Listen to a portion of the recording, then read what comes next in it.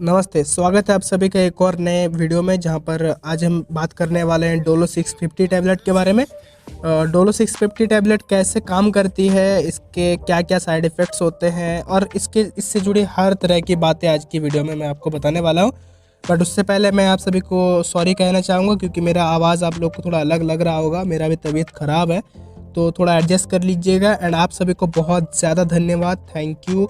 आप सभी ने वीडियोस में इतना सारा प्यार दिखाया। हमारे सब्सक्राइबर 2.4 के बहुत जल्दी होने वाला है, तो वीडियो में एंड तक बने रहिएगा। और अगर आप इस चैनल पर नए आए हो तो चैनल को सब्सक्राइब कर लो यार, क्योंकि इस चैनल पर आपको हेल्थ और मेडिसिन से रिलेटेड हर एक तरीके का अपडेट्स जानकारी सबसे पहले मिल जाएगी। और बेल आइकन क्लिक करके ऑल नोटिफिकेशन ऑन कर लेना ताकि हर तरह के वीडियोस का नोटिफिकेशन आप तक पहुंच सके। तो चलिए आज की इस वीडियो को यहाँ से स्टार्ट करते हैं। दोस्तों, पहली बात आपको जानना ज़रूरी है कि ये डोलो 650 दवाई एक्चुअल में होती क्या है। मुझे अच्छे से पता है कि आप में से बहुत कोई को पता होगा कि ये डोलो 650 जो होता है ये एक तरीके का बुखार में इस्तेमाल की जाने वाली दवाई है। लेकिन बहुत कम ही लोगों को पता है कि डोलो 650 सिर्फ बुखार के लिए इस्तेमाल नहीं की जाती है। डोलो 650 जिस चीज़ से बना होता है वो होता है antipyretic and anti analgesic property के मटेरियल से। इसका मतलब ये है कि ये बुखार और दर्द दोनों में काम आती है। अब बुखार के दौरान बहुत कोई को दर्द होता है, चाहे वो हेडेक हो, बॉडी पेन हो या किसी को दांतों में दर्द होता है, तो ये सब तरह के प्रॉब्लम्स को ठीक करने के लिए भी डोलो 650 इस्तेमाल की जाती है। डोलो 650 का जो मेन कंपोजिशन है वो पैरासीटामोल होता है। और ये पैरासीटामोल हम लोग में सबसे ज़्यादा इस्तेमाल की जाने वाली है बुखार के लिए, क्योंकि बुखार के लिए करंट टाइम में पैरासीटामोल छोड़ के और कोई दवाई नहीं है मार्केट में। तो चलिए जानते हैं कि ये डोलो 650 एक्चुअल में कैसे काम करती है और ये दवाई आपको कैसे लेना है, क्यों लेना है, सारी चीज़ें आज के इस वीडियो में मैं आपको बताने वाला हूँ। तो वीडियो में एंड तक बने रहिएगा। तो सबसे पहले जानते हैं इसका इस्तेमाल। तो डोलो 650 जो दवाई है इसमें मेनली पैरासीटामोल का इस्तेमाल किया जाता है और पैरासीटामोल के साथ साथ इसमें पेन रिलीविंग प्रॉपर्टीज़ भी रहती है। तो इसका इस्तेमाल हम लोग जैसे कि हेडेक, बुखार में हो गया, बॉडी पेन में, कोल्ड या फ्लू में, तरह तरह के प्रॉब्लम्स में इस्तेमाल कर सकते हैं। आप कई बार नोटिस किए होंगे कि आपको बुखार के दौरान बहुत ज़्यादा सर दर्द होता है, तो उस केस में आप डोलो 650 का इस्तेमाल कर सकते हो। बुखार को ये बहुत अच्छे से ट्रीट करता है, आपका बुखार बहुत जल्दी ठीक हो जाएगा। बॉडी में अगर दर्द हो रहा है, बॉडी पेन हो रहा है, सुबह सुबह नींद से उठ रहे हो तो बॉडी पेन हो रहा है, ये सारी चीज़ों में डोलो 650 इस्तेमाल की जाती है। इवन अभी विंटर के टाइम पे जितना भी कोल्ड या फ्लू होता है उस केस में भी डोलो 650 का इस्तेमाल किया जाता है और ये उसको ठीक करने के लिए भी इस्तेमाल होती है। तो ये हो गए इसके यूजेस।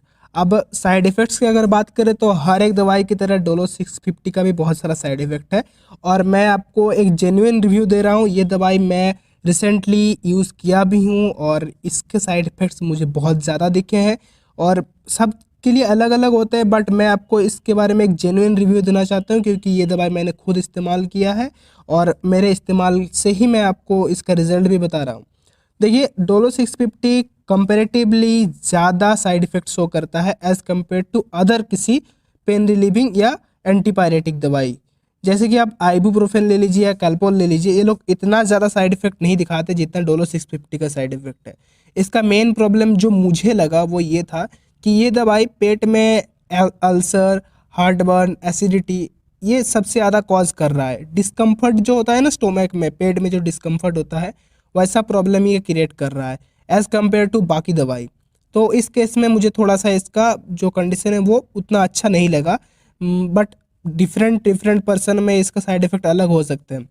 बाद बाकी अगर और बात करें तो एलर्जिक रिएक्शंस कुछ पेशेंट में हो सकता है, एलर्जी शो करे, यही सब होता है। बट मेन जो प्रॉब्लम होता है, जो मेन इशू होता है ये most of the pain killers या पैरेटिक बुखार की दवाइयों के साथ, वो होता है कि स्टोमक में अल्सर प्रोड्यूस होना, गैस बनना। इसीलिए आप नोटिस किए होंगे जब भी कोई भी तरह का पेन किलर दवाई दिया जाता है, चाहे वो पैरासीटामोल ही हो, कैल्पोल, जो भी हो, डॉक्टर हमेशा उसके साथ एक गैस कम करने वाली दवाई जैसे कि ओमेप्राजोल या रेनिटिडिन दे देते हैं।